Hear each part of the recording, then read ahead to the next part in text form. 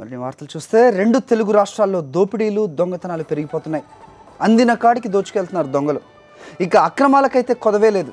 ఎప్పుడు ఎక్కడ ఎలా అవకాశం వస్తే అలా అక్రమాలకు పాల్పడుతున్నారు. అమాయకులను నిండా ముంచుతున్నారు. ఇలా అక్రమాలకు పాల్పడుతున్న కొందరికి పోలీసులు చెక్ పెట్టారు. అరెస్ట్ చేసి రిమాండ్కు తరలించారు. హైదరాబాద్ వనస్థలిపురం పిఎస్ పరిధిలోని జనప్రియ కాలనీలోని ఓ ఇంట్లో అర్ధరాత్రి చోరీ జరిగింది. 7 తులాల బంగారు నగలు, 4000 నగదు ఎత్తుకు వెళ్లారు. ఇదే కాలనీలోని ఇంటి బయట పార్కింగ్ చేసిన 3 కార్ల అద్దాలు ధ్వంసం చేశారు. ఎండాకాలం కావడంతో కుటుంబ సభ్యులు ఇంటిపైన నిద్రించేందుకు వెళ్లారు. ఇదే అదునుగా భావించిన దొంగలు ఇంట్లో చొరబడ్డారు.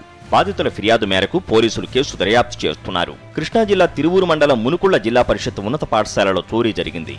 పాఠశాలలోని కంప్యూటర్లు, ఇన్వర్టర్లు, ప్రొజెక్టర్లు, డీవీడీ ప్లేయర్లతో పాటు సీలింగ్ ఫ్యాన్లు, మధ్యాహ్న భోజనానికి ఉపయోగించే సామాగ్రి, వంట సరుకులు ఎత్తుకు వెళ్లారు. పాఠశాల తలుపులు పగలగొట్టి చోరీకి పాల్పడ్డ దొంగలు అక్కడే మద్యం తాగి భోజనాలు కూడా చేశారు. సంఘటనా స్థలాన్ని పోలీసులు పరిశీలించి ఆధారాలు సేకరించారు.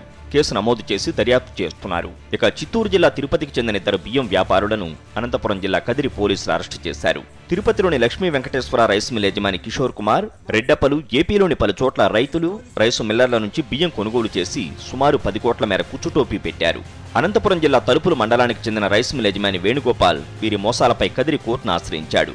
కోర్టు ఆదేశాలతో పోలీసులు తిరుపతిలో 2 అరెస్టు చేసి కోర్టులో హాజరుపరిచారు. మరోవైపు అక్రమంగా వెండి తరలిస్తున్న తమిళనాడు సేలంకు చెందిన ఫజిల్ అనే వ్యక్తిని గుంటూరు జిల్లా పొన్నూరు పోలీసులు బాపట్లలో పట్టుకున్నారు.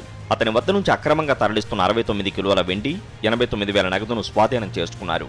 నిందితుడిపై కేసు నమోదు చేసిన పోలీసులు స్వాధీనం చేసుకున్న సొత్తును సేల్ ట్యాక్స్, ఇన్కమ్ ట్యాక్స్ అధికారులకు అప్పగిస్తామని తెలిపారు.